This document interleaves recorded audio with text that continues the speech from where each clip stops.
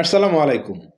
Mobile না থাকায় খুব কষ্টে আছেন ফেসবুকের এমপি ব্যারিস্টার সাইদুল হক সুমন। চলেন আমরা প্রতিবেদনটা দেখে নিই। আজকের ভিডিওর ক্রেডিট হচ্ছে এটিএন নিউজ। ভিডিওটি শেয়ার করবেন আর নতুন হলে চ্যানেলটি সাবস্ক্রাইব করতে ভুলবেন না। তাহলে আমরা ভিডিওটি দেখে নিই।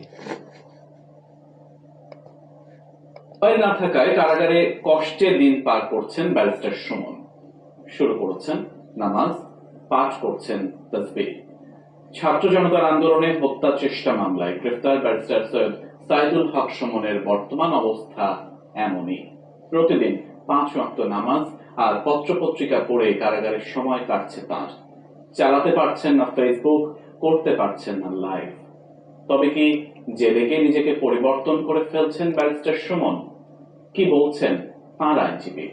বিস্তারিত জানাচ্ছেন সহকর্মী এসআই রাজ। ব্যারিস্টার সৈয়দ সাইদুল হক সুমন সামাজিক যোগাযোগ মাধ্যমে যিনি ব্যারিস্টার সুমন নামেই পরিচিত। হবিগঞ্জ 4 আসনের সাবেক এই সংসদ সদস্যের একটি বিশাল ফ্যান পেজ রয়েছে ফেসবুকে।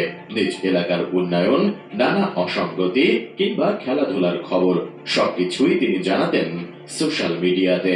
বলা চলে তার সবচেয়ে বড় শক্তি ছিল তার মোবাইল ফোন।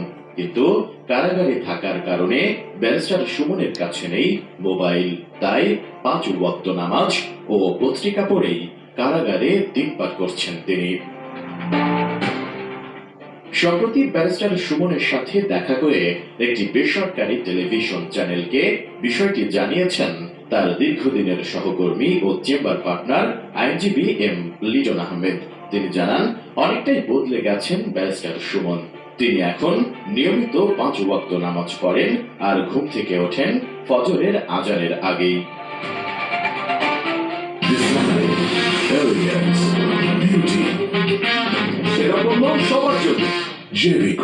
আইনজীবী লিটন আহমেদ জানান, ব্যারিস্টার সুমনের জেল সঙ্গী হলেন সাবেক খাদ্যমন্ত্রী সাধক চন্দ্র মজুমদার ও সাবেক প্রধানমন্ত্রী শেখ হাসিনার মুখ্য সচিব ও জাতীয় রাজস্ব বোর্ডের সাবেক চেয়ারম্যান নজিবুর রহমান। এদের দুজনের সঙ্গে একই রুমে শেয়ার করতে হয় ব্যারিস্টার সুমনকে। সঙ্গে রয়েছেন এক সাবেক পুলিশ কর্মকর্তাও। জেলে ডিভিশন পেয়েছেন আলোচিত এই ফেসবুক সেলিব্রিটি। তবে ব্যারিস্টার সুমন বেশ কষ্টে আছেন, কারণ তার কাছে মোবাইল ফোন নেই। তাই আগের মতো ফেসবুকে আসতে পারছেন না তিনি। লিটন আহমেদ আরো জানান, প্রতিদিন কারাগারে 2টি জাতীয় পত্রিকা পান ব্যারিস্টার সুমন, যার খুঁটিনাটি পড়ে দিন পার করেন তিনি। তবে ব্যারিস্টার সুমন তার সহকর্মীকে বলেন, যেদিন আদালতে তোলা হয় সেদিন মন খারাপ থাকে তার বেশি, কারণ হাতে হাত কড়া পরানো থাকে এবং কোর্টে অন্য সহকর্মীদের দেখে আবেগী হয়ে পড়েন তিনি। জেল জীবনে আরো একটি কষ্টের কথা জানান ব্যারিস্টার সুমন। সন্ধ্যা নামার মুখেই কারা সেলে ঢুকতে পড়তে হয় তাদেরকে। খাবারও খেয়ে নিতে হয় নিয়ম করেই, যা স্বাভাবিক জীবনে মানা বেশ কষ্টের।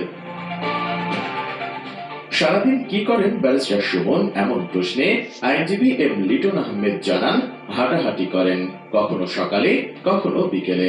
তবে সেখানেও তাকে দেখলে অন্য কয়েদিরা সুমন ভাই বলে ডাক শুরু করেন। এতে কখনো কখনো বিশৃঙ্খলাও তৈরি হয়। এ কারণে সেলের বাইরে হাঁটতেও কিছু বেগ পেতে হয় তাকে। এর আগে ছাত্র জনতার আন্দোলনে শেখ হাসিনা সরকারের পতনের পর গত 21 অক্টোবর গভীর রাতে ঢাকার মিরপুর এলাকায় বোনের বাসা থেকে ব্যারিস্টার সুমনকে গ্রেফতার করে পুলিশ। তারপর থেকেই কারাগারে রয়েছেন তিনি। কি দরকার ছিল? আগেই তো ভালো ছিল। ব্যারিস্টার সাইদুল হক সুমন সে ফেসবুকে যখন ভিডিও আপলোড করত, বিভিন্ন ধরনের মানবিক ভিডিও সে আপলোড করত, সেটা দেখে জাতি মুগ্ধ হয়ে যেত। সেই লাইফটাই বোধহয় ভালো ছিল।